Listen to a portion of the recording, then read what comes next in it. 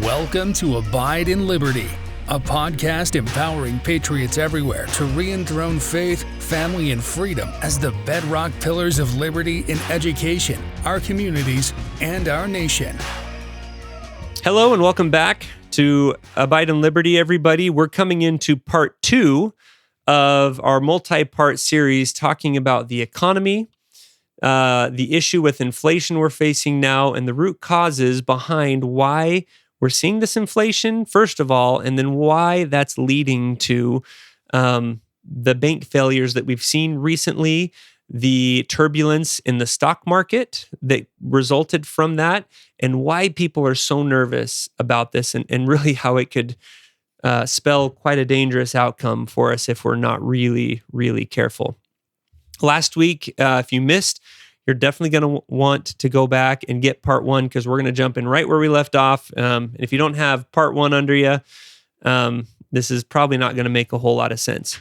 All right, we left off with talking about 2 of the levers that the Federal Reserve uses to control inflation rates. And the first, inflation rates. The first is fractional banking. The second is interest rates. And the third is treasury bonds. So all of these are methods for controlling the supply, the amount of money in the economy. When you have more money chasing not too few goods, you have inflation. When you have more goods than there is money chasing it, you have deflation, you have prices going down. So a treasury bonds, the way that this is used to control the money supply in the marketplace is, let's first, before we jump into that, talk about what a bond is. So a bond is debt. And as an individual, most of the debt that we're familiar with is through a mortgage, right? So we want to buy a house, we go to a bank, they look at all of our financial information, decide whether we can pay back the loan. They give us exactly the amount of money to the cent that we need to buy that house and cover the appraisal and all the closing costs, and then we make our payments to that mortgage lender. Well, companies and countries can, there's not normally a single bank that the United States, for example, can go to who has $30 trillion hanging out there that they can loan to the United States. So companies that need large loans or countries that need larger loans than banks can give will refer to bonds. And bonds is kind of the original crowdfunding concept, except you got to pay it back. So with a bond, we'll just use the U.S. government an example. They'll issue these certificates. So if they sell a $100 bond, they'll put out and say, look, if you buy this $100 bond, I will pay you, let's say, 2% in 1 year. As a person, as I'm looking at the economy, things are a little rough, but the U.S. government, historically at least, has been pretty stable. So I'm going to go buy that $100 bond. I give $100 to the U.S. government.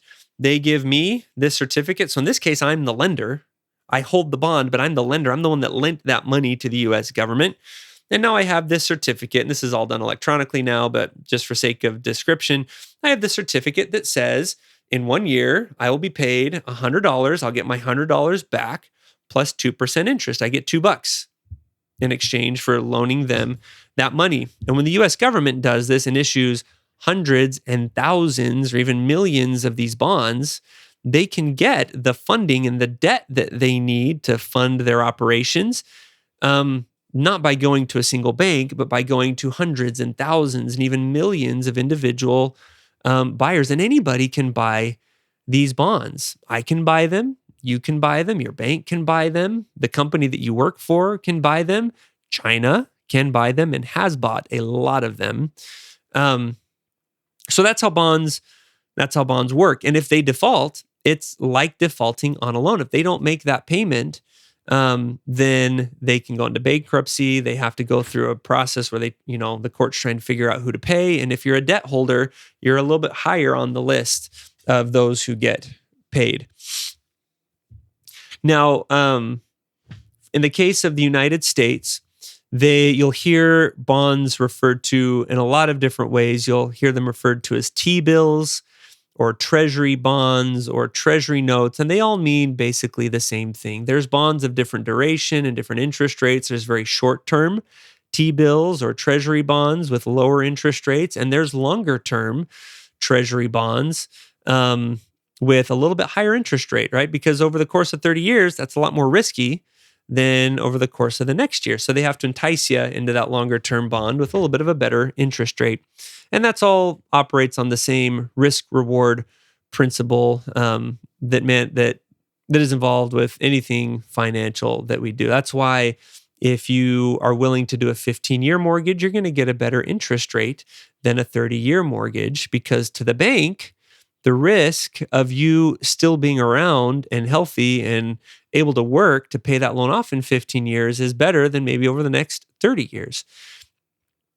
Now, so let's walk this through from the very first time that the US government issues a bond. So they do a new bond issue. And as an individual, I go and I decide to buy one of those $100 bonds that yields 2% interest in 1 year. Now, let's say that I do that, the government gets their money, and now I have this asset and it's worth something, because there's a secondary market that allows me, if I wanted to get out of that deal, I can go sell that to someone else and let them pick it up, and I can recoup my money almost instantaneously, because there's such a robust secondary market for trading those kinds of things. I mean, think of it almost like a Craigslist, right? If you go and you buy a lawn chair at Walmart today, they get the money from that initial purchase. But when you go post that on Craigslist and sell it to your neighbor or someone across town, that money goes from them to you. Walmart doesn't get a cut of that. And it works the same way with this. Craigslist is a secondary market. It's not the primary market between you and the producer or the original seller. And it's the same thing with the bond market. The original seller was the US government. They got their money the first time that they sold it. But as I sell it on the bond exchange, which is similar to the stock exchange, that asset transfers between me and someone else, and the US government has nothing to do with that. But let's say I decide that 6 months in, I kind of want my money back. I've got there's a really nice lawn chair at Walmart that I want now that I'm talking about lawn chairs. So I sell my bond to someone online. This is all done through an electronic market. I log in and put in my brokerage account that, hey, I want to sell this thing. And someone else says, hey, I want to buy this thing. And it happens very, very smoothly and instantaneously. You never meet the person. You don't have to meet them, like Craigslist in a public place because you're worried about what's going to happen. This is all facilitated very nicely and cleanly. So I sell that bond, I get my $100 back, and I go buy my lawn chair. And it's $100 lawn chair, that's a nice lawn chair. So that's kind of the way primary and secondary markets work. So another way that the Federal Reserve can reduce or increase the money supply in the market is to either sell or buy treasury bonds. So if, in this case, if I have this treasury bond and I don't want it anymore, and I am going to sell it to someone else on the secondary market, no, the government's not involved now, but I'm just going to go sell it to that guy over there. I sell it to him, and he pays me for it. So that money comes out of his account and into mine. But when you look at the economy as a whole, there's still the same amount of money out there exchanging hands. The money supply doesn't change from that transaction. But if I have that same bond, and instead of selling it to somebody else, the person or the entity that I'm selling it to is the Federal Reserve. Okay, I'm selling that bond to them. They pay me for that bond. Now money is coming out of their account and into mine. The money supply, that money that the Federal Reserve had, was not in circulation. Nobody else was using that to buy goods, sell goods, hire employees, or any of that. That money now is additional money in the economy that I can go spend to buy stuff, and it wasn't there before. So now there's more money chasing the same goods than were there before. Now, if there's more money chasing the same goods, that affects the inflation rate. Inflation will go up. Now, conversely, if the Federal Reserve wants to decrease the money supply, instead of buying bonds from people like you and me on the open market, they can sell bonds. And so now, instead of me selling a bond, let's say I put up on my little exchange account that I want to buy a US Treasury bond. And I don't know really who's on the other side of that transaction. But if the Federal Reserve is the one selling that, and we get matched up and that transaction happens, then they give me that treasury bond. Cash comes out of my account and into theirs, and now that money is removed from circulation from the general economy. Less money in the economy means the inflation rate goes down. Okay, so now that we've talked about the mechanisms that the Federal Reserve uses to control the supply of money, which is another way to say control the inflation rate.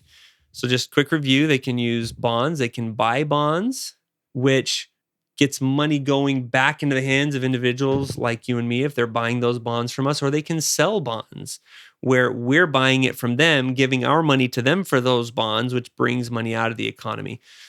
The other way that we talked about is through interest rates. If interest rates are higher, less people want to buy, or less people want to borrow money, which means that there's lower reserve. And then the fractional banking, they can adjust how much banks are required to keep in reserve, which affects how much more money is able to create it as more people take that money, deposit in accounts, and that cycle continues. And before jumping in before going any further, we're going to start taking some of these tools that we've been talking about and looking at how those have been used. And before doing that, I want to pause and just take a brief minute, kind of at the end of this episode and before we jump into the third segment, to talk about and remind ourselves of the principles of freedom as they relate to the economy that we talked about during the segment on the 5,000-year leap. If you haven't gone through, it's another multi-segment series, but it's really foundational to everything else we're going to talk about. So just by way of review, I'm not going to go into as much detail as I did originally, but number one, this country was founded on the principle of being a free market, where the government is there to help facilitate transactions and make sure that if you and I have a contract and you violate it, I have a way to be recompensed for that, not be taken advantage of. The government's there to make sure that if I'm able to accumulate through my industry and my hard work certain assets, that the guy next door can't just come and rob me of that and beat me up or kill me for those assets. There's law in place to prevent that from happening.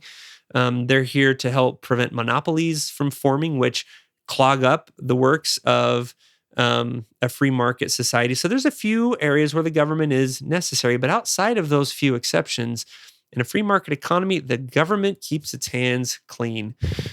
And as we've already seen, the government stepping in and controlling inflation rates is not one of those principles of a free market economy that we were founded on. That is a violation of it. Another principle of finance that we talked about is the importance of private and not public welfare, that it's the responsibility of us as individuals to take care of each other and not be forced into it through government taxation. And in fact, as we look at the idea of a free market and interest rates and inflation, that was not something that for the first 120 years of our country was set by the government. That was not controlled by them. During this area where we went from nothing to superpower to, just this incredible growth and intellectual discovery and scientific discovery and technological advancement, that all happened. And the groundwork for that occurred during this period when the government wasn't controlling all of that. Now, you may make an argument that we need a central bank like this, which didn't exist at the beginning. And for a very long time, there was no central bank. You might make the argument that that's necessary to facilitate international payments and make us more competitive internationally. It's a great way to allow private individuals to get access to U.S. government bonds. And, sure, there may be an argument to be made there. And Alexander Hamilton, who's the main author of the Federalist Papers, would agree with you. That was something that he and a lot of the early founders butted heads over. He really wanted a centralized bank, but people like Thomas Jefferson and James Madison were terrified of the idea of giving the government that much control because it was far better to let the free market economy dictate those things. So we can make an argument there. And if you look at the Constitution and what it says, it is a little bit vague. It says that Congress can coin money, regulate the value thereof, and fix the standard of weights and measures.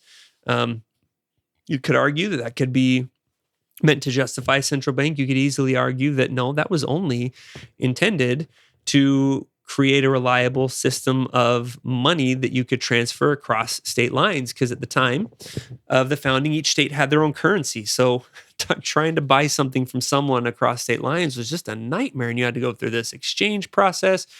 So really the idea with this was, hey, let's just make $1 and we'll fix the value of it. We're going to tie it to gold and it'll be a common medium that we can use between states.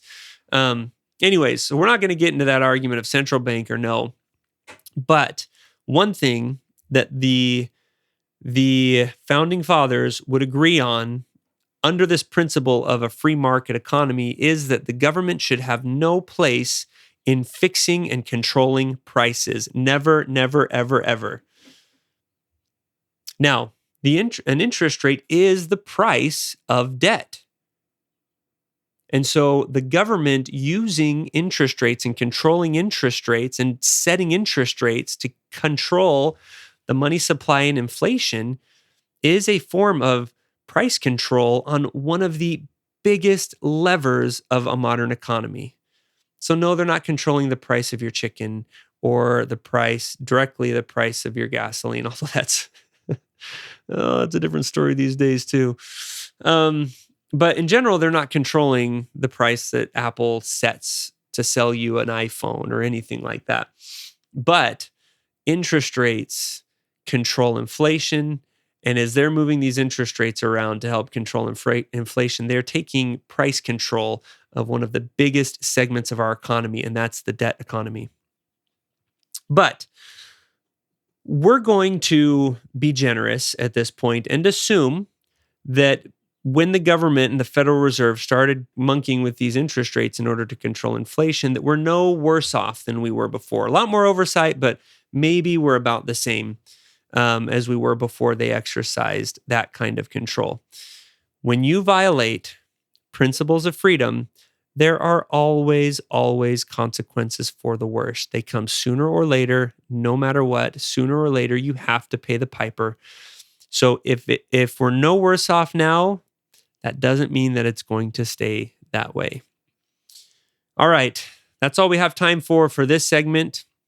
Make sure and come back next week where we'll dive into a level deeper into exactly how the Federal Reserve controls interest rates to keep inflation under control. Make sure you don't miss it. Thank you for listening to Abide in Liberty. Make sure you subscribe so you don't miss any future episodes and share this with friends and family. In the meantime, keep up with the show online at abideinliberty.com. Also, if you'd like to help our K-12 bless and educate more families, contact us by visiting libertyyouthacademy.org. Until next time, be on the alert, stand firm in the faith, and be strong.